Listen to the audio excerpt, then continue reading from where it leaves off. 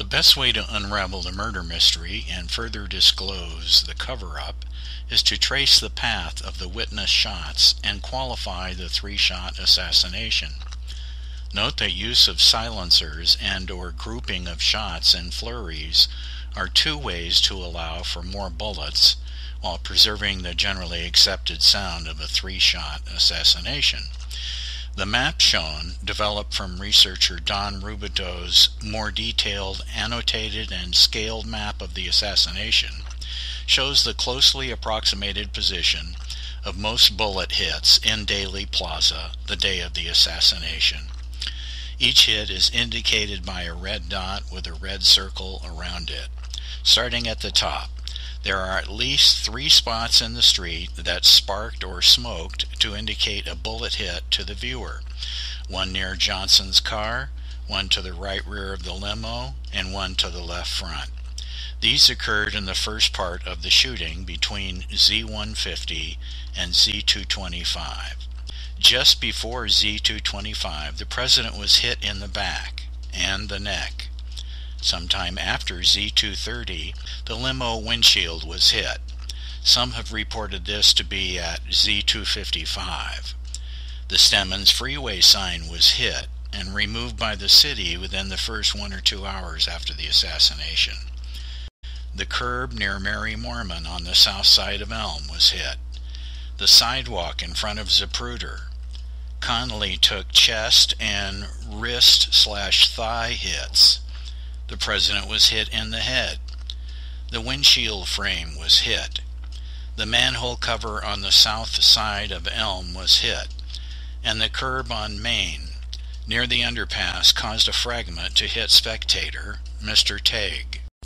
There were a couple more grass hits, probably a few more limo hits, and a few more street hits that occurred, but I'll limit the number to those shown on the map.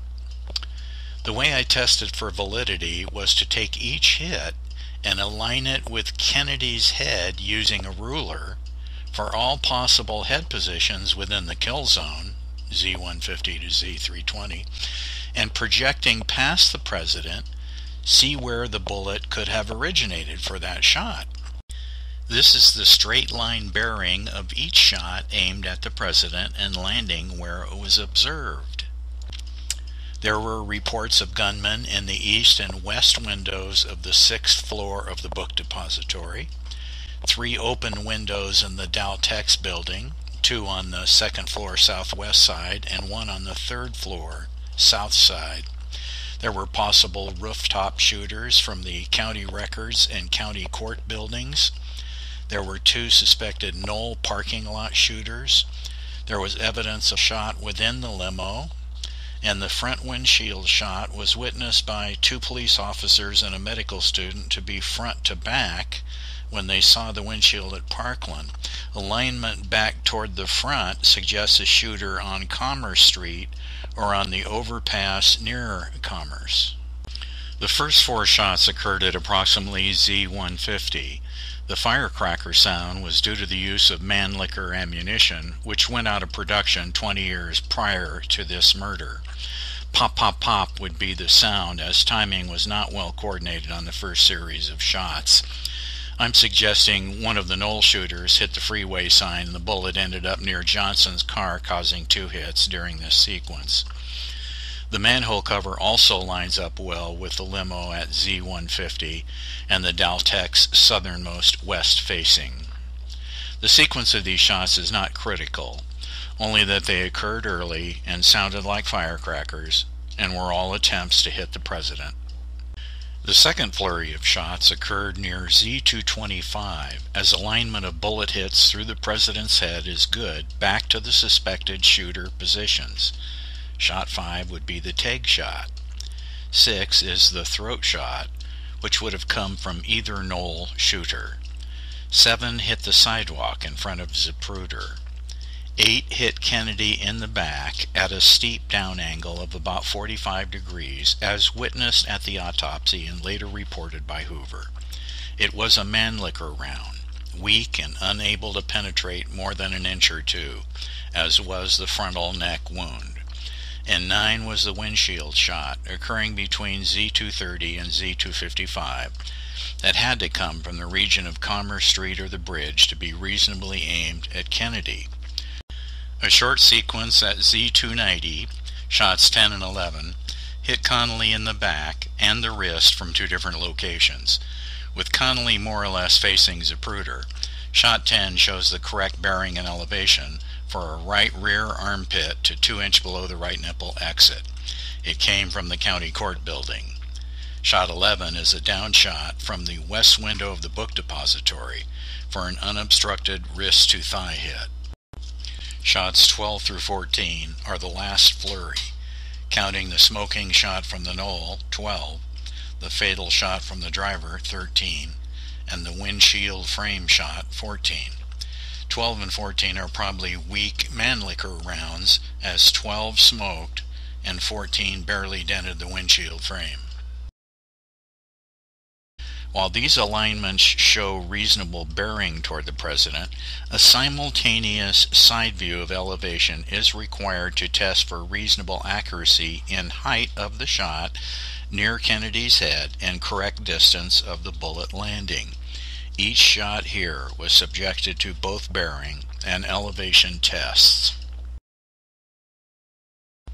Using Don Rubidoux scaling and the height above sea level, or HASL numbers, from the shot map, here's the side view of the first two shots.